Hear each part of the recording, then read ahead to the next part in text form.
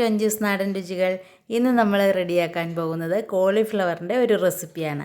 ഇന്ന് നമ്മൾ കോളിഫ്ലവർ കൊണ്ട് ഒരു തോരനാണ് തയ്യാറാക്കുന്നത്. അപ്പോൾ ഞാനിവിടെ ഒരു കോളിഫ്ലവറിൻ്റെ ഒരു പകുതി ഭാഗത്തോളം ചെറിയ പീസായിട്ട് കട്ട് ചെയ്തിട്ട് നന്നായിട്ട് കഴുകി എടുത്തിട്ടുണ്ട്. ഇത് നമുക്ക് വളരെ നൈസായിട്ട് പൊടി പൊടിയായിട്ട് അരിഞ്ഞെടുക്കാം. ക്യാബേജിൻ്റെ തോരനൊക്കെ റെഡിയാക്കുമ്പോൾ അരിയുന്നത് പോലെ വളരെ നൈസായിട്ട് അരിഞ്ഞെടുക്കാം. ഒന്നുകിൽ കത്തി കൊണ്ട് അരിഞ്ഞെടുക്കാം, ഇല്ലെങ്കിൽ ഗ്രേറ്ററിലിട്ടിട്ട് ഒന്ന് ഗ്രേറ്റ് ചെയ്തെടുത്താലും മതി. ഇപ്പോൾ ദാ കോളിഫ്ലവർ ഞാനിവിടെ വളരെ നൈസായിട്ട് പൊടി പൊടിയായിട്ട് അരിഞ്ഞെടുത്തിട്ടുണ്ട്. ഇനി നമുക്ക് തോരൻ തയ്യാറാക്കാൻ തുടങ്ങാം. അതിനു മുമ്പ് ഇതിനാവശ്യമായിട്ട് ഒരു അരപ്പ് തയ്യാറാക്കണം. അതിനാദ്യം തന്നെ തേങ്ങയൊന്ന് ചിരകിയെടുക്കാം. കോളിഫ്ലവറിൻ്റെ ടേസ്റ്റ് അധികം ഇഷ്ടമില്ലാത്തവർക്ക് തേങ്ങ കുറച്ച് കൂടുതൽ ചേർക്കാം. ഞാനിപ്പോൾ ഈ ഒരു മുറിയുടെ പകുതി ഭാഗത്തോളം എടുക്കുന്നുണ്ട്. അരപ്പ് തയ്യാറാക്കാനായിട്ട് മിക്സിയുടെ ജാറിലേക്ക് തേങ്ങ ഒന്നിട്ട് കൊടുക്കാം.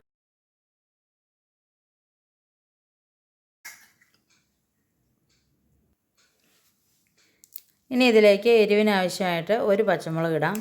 നിങ്ങൾക്ക് എരിവ് കൂടുതൽ വേണമെങ്കിൽ കൂടുതൽ ഇടാം കേട്ടോ. പിന്നെ 2-3 കറിവേപ്പില, പിന്നെ ഒരു സവാള. ഇത് മുഴുവൻ ആവശ്യമില്ല, നമ്മൾ ചതച്ച് ചേർക്കുന്നതുകൊണ്ട് അധികം ആവശ്യമില്ല. ഇങ്ങനെ ഒരു ചെറിയ പീസ് ഇട്ട് കൊടുത്താൽ മതി. ഒരു 1/4 ടീസ്പൂൺ മഞ്ഞൾപ്പൊടി, പിന്നെ ഒരു 2 നുള്ള് ജീരകം. ഇനി ഇത് അരയ്ക്കുന്ന കൂട്ടത്തിൽ നിങ്ങൾക്ക് വേണമെങ്കിൽ ഒരു 1-2 ഇതൾ വെളുത്തുള്ളി ചേർക്കാം. ഞാനിപ്പോൾ ചേർക്കുന്നില്ല.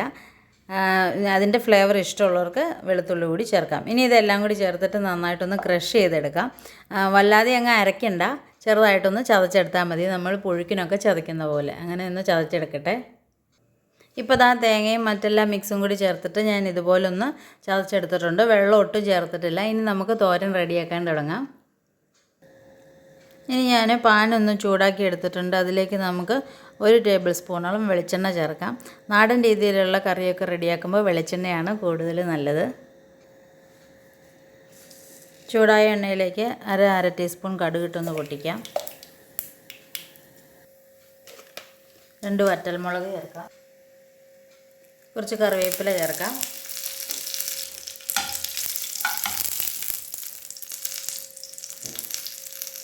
ഇനി ഇതിലേക്ക് നമ്മൾ അരിഞ്ഞു വെച്ചിരിക്കുന്ന കോളിഫ്ലവർ ചേർക്കാം. തോരന് ആവശ്യമായിട്ട് 1/2 ടീസ്പൂൺ ഉപ്പ് ചേർക്കാം.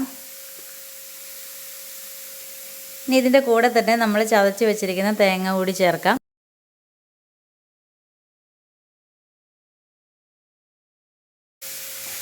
നന്നായിട്ട്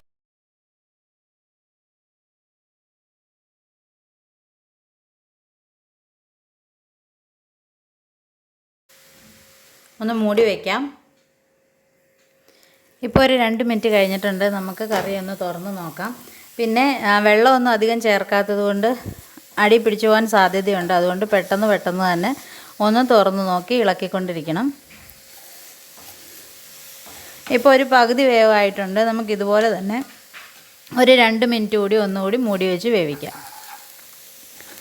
ഇടയ്ക്ക് ഇങ്ങനെയൊന്ന് തുറന്ന് ജസ്റ്റ് ഒന്ന് ഇളക്കിയിട്ട് കൊടുത്താൽ മതി.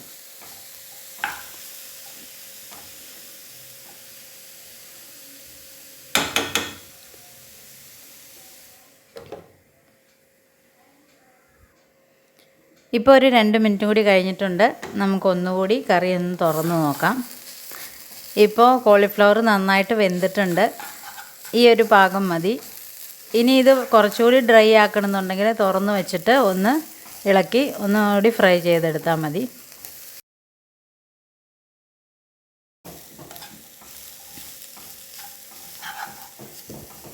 ഇപ്പോൾ നമ്മുടെ തോരൻ ഇവിടെ റെഡി ആയിട്ടുണ്ട്. ഞാൻ ഫ്ലെയിം ഓഫ് ചെയ്യുവാണ്.